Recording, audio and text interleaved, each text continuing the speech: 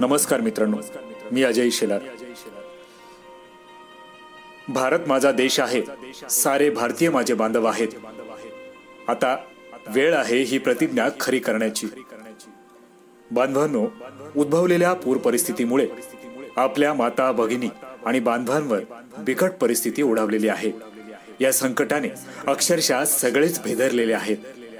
आपल्या या कोलमडून पडलेल्या बांधवांना पुन्हा उभं राहण्यासाठी आपल्या मदतीची गरज आहे।